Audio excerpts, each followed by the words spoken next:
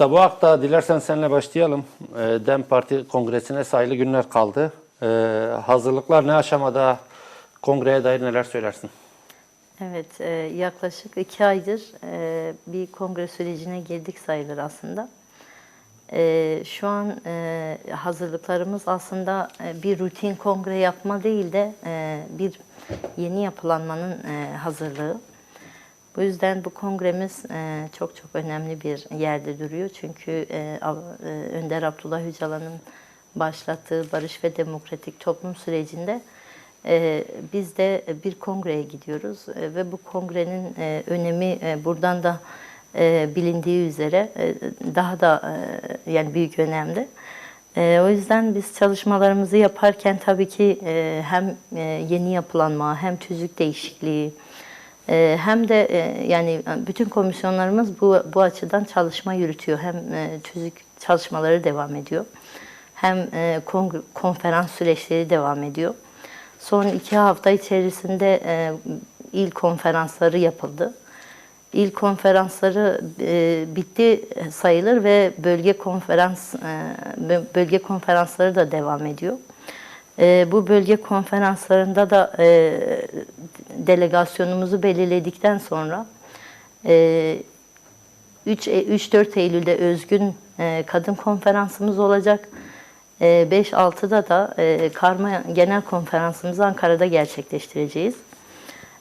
Bu bölge yani genel konferanslarda da yine dediğim gibi geçmiş mücadele deneyimlerimizden eksiklik veya işte güçlü veya eksik kalan yanlarımızı da en azından tartışacağız bu şeyde yeni yapılanma sürecini orada da tartışacağız.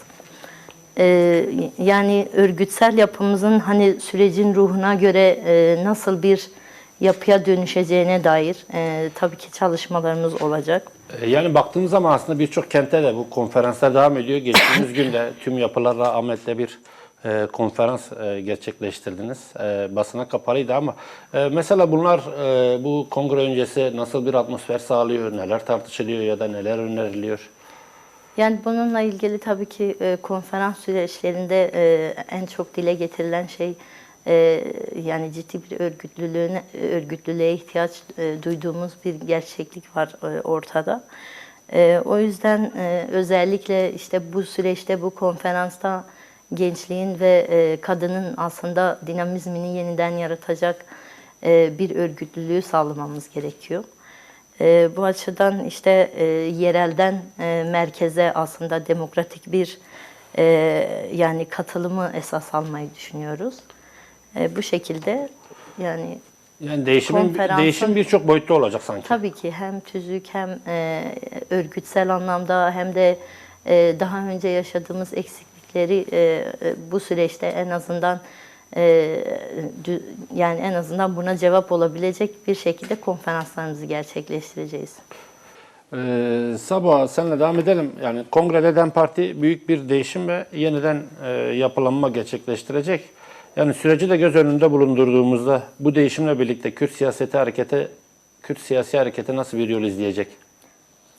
Yani Kürt siyasal hareketi tabii dediğimiz gibi yani hem siyasette hem mücadelede hem de toplumsal mücadele hattında aslında yani yürümeye devam edecek. Bunun dışında en azından özellikle tabii ki Kürt meselesi üzerinden bunu daha çok en azından mücadelesini verecek. Ve bu mücadeleyi verirken tabii ki hem Türkiye'nin demokratikleşmesi hem de Kürt halkının demokratik siyaseti yürütmesi birlikte bu mücadele verilecek. Yani bu ikisinin birleşimiyle bu mücadele ancak bir sonuca varır. Onun dışında demokratik cumhuriyet perspektifi doğrultusunda işte Kürdün, Türk'ün, Alevi'nin, kadının, gençliğin hepsinin de kapsayacağı işte bütün farklılıkların bir arada yaşayacağı eşit ve özgür bir aslında bir perspektifle bunu gerçekleştireceğiz. Yani sadece Kürtler değil, tüm halklar bu Tabii ki. yeniden değişimin içinde olacak. Tabii ki yani bu süreçte de bildiğiniz gibi gerçekten halkta bir beklentili ruh hali var. Bu beklentili ruh halinden çıkıp aslında bir örgütleme ve yani güçlenme çalışması yapmamız gerekiyor. Buna ihtiyacımız var. O yüzden yani yaşam bütün aslında bütün toplumsal yaşam alanlarında bu örgütlenmeyi sağlama ve demokratik siyaseti geliştirmek için çalışmalarımızı yapmamız gerekiyor. Tabii ki bunu yaptıktan sonra, kongreden sonra da hem yerel yönetimlerin güçlenmesi, hem kadınların mücadelesi, hem gençliğin, yani bütün dinamiklerin bu süreçte daha güçlü katılması için çalışmalarımızı sürdüreceğiz o şekilde. Yani ben de bunu söyleyecektim zaten. Kongreden sonra mesela nasıl bir çalışma başlıyor ya da DEM Parti ne bekliyor? Onun bu sürece katkısı ne olur? Dediğim gibi yani bunu yaparken en azından demokratik yani yerel yönetimlerin daha çok en azından kendi yerelinde söz sahibi olabilmesi, daha güçlü yerel bir politika izlemesi için bunun mücadelesini daha iyi bir şekilde vermesi gerekiyor. Onun dışında kadın özgürlük mücadelesi ve gençliğin katılım konusunda da yine örgütlenme çalışmalarımız devam edecek. Bu seferki tabii ki bu tarihsel süreçte bu bizim için daha hayati bir önemde ve bu açıdan her yerde bu örgütlenmeyi ve örgütlülüğü sağlamak bizim görevimizdir. Yani kadınlar ve gençler daha aktif rol alacak. Tabii ki evet. Sabah dilersen barış ve demokratik toplum sürecini de konuşalım. Yani son bir aydır sürecin en temel başlığı çerçeve yasa. Taslağın yakın bir süre içinde meclise gelmesi bekleniyor. Yani yasanın detaylarını konuşacağız ama sürecin yasal zemine oturtulması nasıl bir önemde? Yani aslında şöyle söyleyeyim, yaklaşık 1,5 yıldır Önder Abdullah Öcalan'ın başlattığı barış ve demokratik toplum süreci yani 1,5 yıl oldu.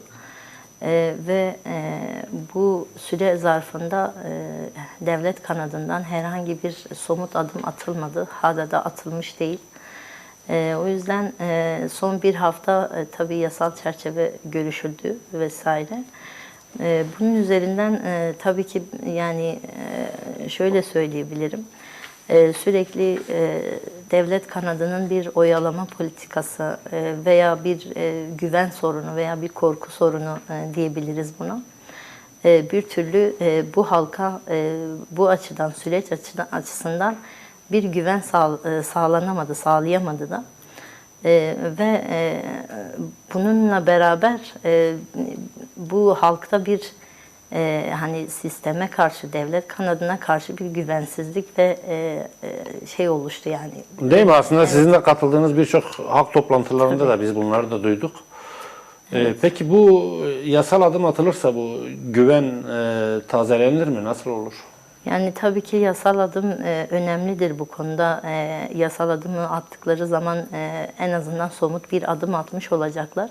Tek başına yeterli değil ama bunu başladık en azından bir başlangıç olarak diyebiliriz yani. Ve bu tarihsel süreçte bu adımın atılmasından sonra artık hani nasıl bir yol izlenecek ve bu süreçte biz gerçekten bu demokratik süreçte siyaset yürütebilecek miyiz? Gerçekten özgür bir şekilde alanlarda mücadelemizi verebilecek miyiz? Yani bu konuda en azından yine de bize şu düşüyor, biz bunun mücadelesini vermeye devam edeceğiz. Öyle söyleyeyim. Yani diyorsunuz ki bu yasal adımlar atılırsa hem güven tazelenmiş olur hem barış ve demokratik toplum süreci farklı bir ivme mi kazanır? Tabii ki yani en azından bir somut adım atılmış olacak ve bir başlangıç olacak.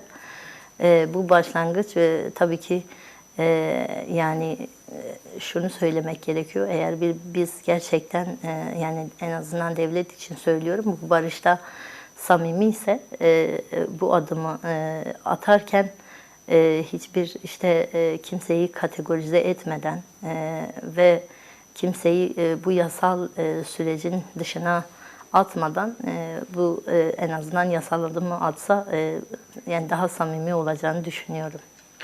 Sabah yani çerçeve yasa sen de belirttin bir son değil. Sürecin yasal zemininin adımı olarak ilk olacak dedin. Yani bu yasada acil olarak yer alması gereken maddeler sence neler?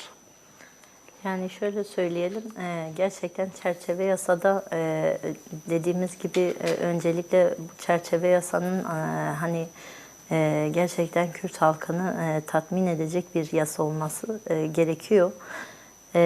Yani Önder Abdullah Öcalan'ın statüsü henüz netleşmemiş ve bu açıdan yasal çerçevede dediğim gibi hani kategorize etmeden bu barışı götürmenin tek yolu bütün hareketin ve önderliğinin bu çerçeve yasasıyla birlikte sonuçta bir silahlı mücadeleden demokratik siyasete geçiş olacağı için bu çerçeve yasanın buna göre uyarlanması ve hazırlanması gerekiyor. Bu açıdan onun dışında da çerçeve yasa içerisinde bulunması gereken tabii ki hem kayyum atamalarının durdurulması, kayyumların geri çekilmesi, işte halkın demokratik siyasete katılımının önünün açılması ve ana dil, kültürel çalışmalar olsun, bunların hepsinin aslında yani özgür bir şekilde kendi en azından bu ülkede bunu yapabilmemiz gerekiyor. Yani bunların da yasal çerçeveye alınması gerekiyor. Çünkü gerçekten yasal çerçeve geldi, evet. Ama bunun sonrasında ne olacak, ne bitecek? Biz bunları gerçekten yapabilecek miyiz? Bu siyaseti, demokratik siyaseti örebilecek miyiz diye şeye düşüyoruz yani. Çünkü barış sadece silahların bırakılması değildir. Demokratik siyasetin önünün açılması da sonuçta Kürt halkı kendi diliyle eğitim görmek istiyor, kendi kültürüyle yaşamak istiyor ve yıllardır özel savaş politikaları uygulanıyor. Bunların hepsinin en azından çerçeve yasayla birlikte ortadan kaldırılması gerekiyor ve biz bütün halklar bir arada eşit ve özgür bir şekilde yaşamalıyız. Ya ana dilden bahsettiniz. Mesela ana dil noktasında mesela nasıl bir adım atılması gerekiyor? Ana dilin statüsünün belirlenmesi gerekiyor. Yani şöyle söyleyeyim, sonuçta Kürt halkının en çok önemsediği şeydir Kürt dili. Ve gerçekten birçok yerde biz kendi dilimizi rahat bir şekilde konuşamıyoruz. Tabii ki sonuçta Kürdistan'da en önemli şey bizim kendi dilimizle hem eğitim görmek hem kendi dilimizle yaşamak bizim en büyük ve doğal hakkımızdır. Bunun için en azından yasal bir zemin ya da en azından şey sağlanmalı yani. Yani bunun önündeki engeller de kaldırılması gerekiyor. O engellerin kaldırılması gerekiyor. Dediğim gibi yani 40 yıllık bir inkarın ve asimilasyonun sonunda biz barış diyoruz. Barışı sadece hani silaha indirgememek lazım ve bu açıdan da bizim yani sonuçta silahsızlanmanın öncesi tabii ki bunların hepsinin sonucu yani aslında sebep sonuç ilişkisine baktığımızda bunu görebiliyoruz yani biz ne için hani daha doğrusu Kürt halkı ne için silahlı mücadeleye başladı? O açıdan yani diyorsunuz barış için devletin de biraz o kodlarından, evet, o var olan inkar zihniyetinden yani uzaklaşması mı gerekiyor? Tabii ki bunu bitirmek istiyorsak, barış diyorsak tabii ki kendi dilimizle, kendi kültürümüzle ve kendi siyasetimizle var olmak istiyoruz. Sabah peki çerçeve yasa geldi, meclisten geçti diyelim. Yani bu tek başına yeterli olur mu yoksa daha farklı adımların da atılması gerekiyor mu? Tabii ki yani söylediğimiz gibi çerçeve yasa bir başlangıçtır, değerlidir.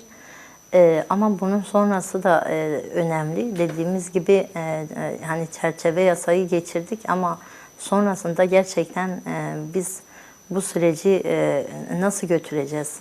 Yani yavaş yavaş aslında dediğim gibi bütün bu adımların atılması gerekiyor. Yani çerçeve yasadan sonra bu gelecek olan gruplar, işte Avrupa'dan gelecek olanlar vesaire, yani cezaevindeki arkadaşlarımız, yani bunlar tekrar döndükten sonra gerçekten biz demokratik siyaseti yürütebilecek miyiz? Bu anlamda yani bunun da önünün açılması gerekiyor. Yani Türkiye'nin de Evet. demokratikleşmesi için Tabii de ki. hem düşünce Yani ifade özgürlüğü gibi yasa bunu adımların atılması yaparken gerekiyor. bunu yaparken hani hem Türkiye'nin demokratikleşmesi hem de Kürt halkının demokratik siyaset yürütmesini aslında birlikte bir arada yürüteceğiz yani. Ya ben buna bir ek yapmak. Sabuha, sence meclis bu karıcı barış noktasında nasıl bir rol almalı? Yani biz bu sürece baktığımızda gerçekten önceki sürece göre tabii ki daha aslında geniş katılımlı bir komisyonla bu süreç yürütüldü. Yani bu sürecin yürütülmesinde tabii ki meclisin çok büyük bir en azından önemi var. Çünkü daha önceki süreç sadece AKP'nin yürüttüğü bir süreçti. Ama bu süreçte bütün partilerin katılımıyla bir komisyon oluşturuldu ve aslında birçok kesime hitap edildi. Yani birçok kesim dinlendi. Bu komisyon bütün bunları dinledikten sonra yani bir çözüme ve şeye ihtiyaç olduğunu gördü tabii ki. Bir yasal zemine ihtiyaç olduğunu gördü ve bu açıdan meclisin zaten ilk görevi bu süreci yani gerçekten başarıya ulaştırmaktır. Bu açıdan yani diğer partilerin de aslında Türkiye'nin topyekün yani hani bir bütün olarak hepsinin de bu süreci yani istemesi gerekiyor ve çünkü bu süreç sadece Kürt halkının değil aslında bütün halkların bir arada yaşaması ve özgür bir şekilde yaşaması için biz bu süreci istiyoruz ve barış diyoruz. Çünkü dediğimiz gibi yani barış sadece silah bırakmakla değil, birbirimizi kabul etmemiz gerekiyor öncelikle. Yani biz Kürt-Türk ayrımı yapmadan ya da Alevi-Çerkes ayrımı yapmadan hepimizin bir arada yaşayabileceği bir ortamı ve zemini sağlamak zorundadır meclis. Çünkü yıllardır halk kin ve nefrete sürüklendi, halk birbirinden ayrıştırıldı. Bu anlamda meclisin ve özellikle medya organlarının bu süreçte aslında hem dilini hem de görevini yerine getirmesi gerektiğini düşünüyorum. Sabuha, siz de mesela hem tarlada hem bahçede birçok yerde temas kurdunuz halkla. Halkın beklentileri, başta kadınlar olmak üzere halkın beklentileri nelerdi? Ya şöyle söyleyeyim, gerçekten yani biz alanda olduğumuz için, sürekli halkın içinde çalışmalara dahil olduğumuz için şunu görebiliyoruz yani halk aslında bir önceki süreçlerin de getirdiği kaygılardan kaynaklı birçok şey yaşıyor yani hani güvensizlik sorunu yaşıyor yani somut adım bekliyor yani kısa ve net bir şekilde bunu söyleyebilirim. Somut adım atılmadan bu sürecin gerçekliğine veya güvenilirliğine dair bir şey vermesi gerekiyor bu halka. Çünkü dediğim gibi belki çok daha 4-5 yıl öncesine kadar da dışarıdan gelen heyetler oluyordu. Bu süreci sizce Erdoğan bu süreci gerçekten şeye kavuşturabilir mi diye bize sorduklarında biz o zaman dahi bu güvensizliği yaşıyorduk yani. Ve halktaki güvensizlik de yılların güvensizliğidir. Bu güvensizliği aslında ortadan kaldırmanın da tek yolu hem bu süreci Kürt halkının gerçekten yıllardır mücadele verdiği ve istediği talepleri yerine getirdiğinde bu halk bu sürece inanacak ve güvenecek ve bu sürece katılacak. Öyle söyleyeyim yani. Yani Güvercin'de bahsetti aslında bu halk buluşmalarında Kürt Halk Önderi Abdullah Öcalan'ın statüsü de çokça dile getiriliyor. Yine sürecin de en temel başlığı. Yani bununla ilgili yasal adımların atılması, bu statünün yasallaşması nasıl bir önemde? Şimdi yani 27 Şubat Abdullah Öcalan'ın Barış ve Demokratik Toplum çağrısından sonra bir süreç, yani hani süreç dedik ve başladık. Aslında sürecin tam başından itibaren bu statünün ve yani bu statünün ve yasal zeminin oluşması gerekirdi aslında ilk başta. Çünkü sonuçta Önder Abdullah Öcalan baş müzakereci şu anda bu süreçte. Ve bu süreci gerçekten Abdullah Öcalan, yani Önder Abdullah Öcalan yürütürken tek başına yürütmemesi gerekiyor. En azından statüsünün netleştirdiklerinde birçok kesime en azından hitap edebilecek, en azından bu koşulların oluşması gerekecek ki hem işte aydınların, hem akademisyenlerin, hem Kürtlerin aslında ya da işte özgürlük hareketinin en azından diyalog konusunda daha rahat yürütebileceği bir statü ve siyasal zemin oluşması gerekirdi. Yani bunu ilk başta yapmaları gerekirken aslında hala yapmış da değiller. Ve son en az 2-3 gün önce en azından görüştüklerinde bile dahi 40 gün geçmişti. Yani 40 gün tecrit altında, sonradan tekrar gidip bu işte görüşmeler yapılıyor. Aslında bu bile hani sürece nasıl yaklaşıldığının bir göstergesidir. Yani bu samimiyeti görmek istiyoruz aslında. Önder Abdullah Öcalan'ın bu süreçte statüsünün her şeyden önce geldiğini söyleyebiliriz yani. Öyle söyleyeyim. Sabah seninle devam edelim o zaman. Abdullah Öcalan fiziki özgürlüğü şimdiye kadar sağlanmış olsaydı, yani süreç hangi aşamada olurdu? Türkiye barışa daha fazla yaklaşmış olmaz mıydı? Evet, yani az önce de değindiğim gibi aslında ilk başta yapılması gerekeni hala yapmamış olmaları sürecin tabii ki yavaşlamasına da sebep oluyor. O yüzden yani şu anki süreçte baktığımızda hani statüden çok hani koşullarının sağlanmasından çok aslında fiziki özgürlüğünün olması bu süreci çok daha iyi bir yere taşıyacaktır. Çünkü en azından Önder Abdullah Öcalan dışarıda özgür koşullarda yaşıyor olsa bu sürece dair daha hızlı adımlar atılabilir ya da daha hızlı çözümler sunulabilir.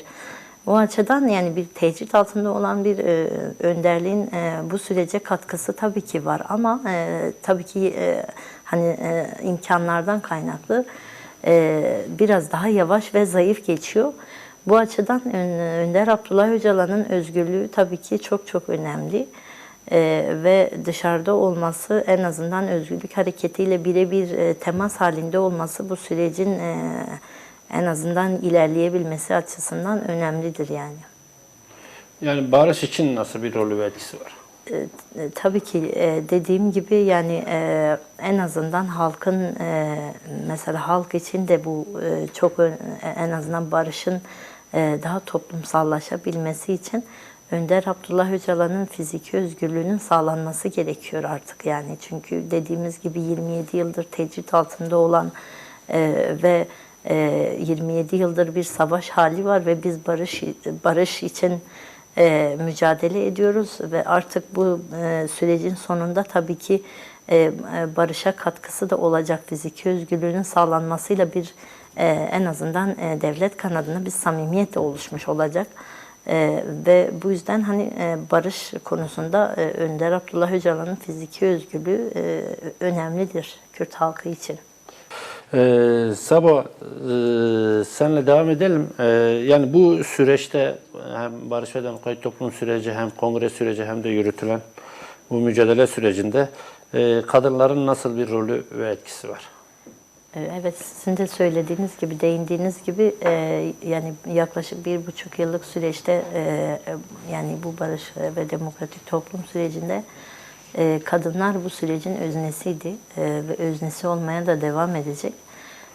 Çünkü dediğimiz gibi biz bu süreçte hiç alanlardan aslında ayrılmadık ve barış için kadınlar yani barışı sağlamak için daha çok emek veriyor, onu söyleyebilirim. Ve hani sadece tabii ki alanlarda olmak yetmiyor. Bu sürecin aslında müzakeresinde de kadınların olması gerekiyor. Ve bu sürecin yürütülmesinde de kadınların fikri önemlidir. Yani son sözünüz de varsa Tabii alayım. yani bu Sürenin açıdan sonuna ben geldik. onu söyleyebilirim ve aslında son söz olarak şunu söyleyebilirim. Biz gerçekten bütün halkların, Türkiye halklarının bu süreci canı gönülden istemelerini ve mücadele etmelerini istiyoruz. Çünkü gerçekten barış sadece Kürt halkı için değil, bütün halklar için hayati önemlidir ve bu süreçte herkesin bu sürece katkı sunmasını bekliyoruz.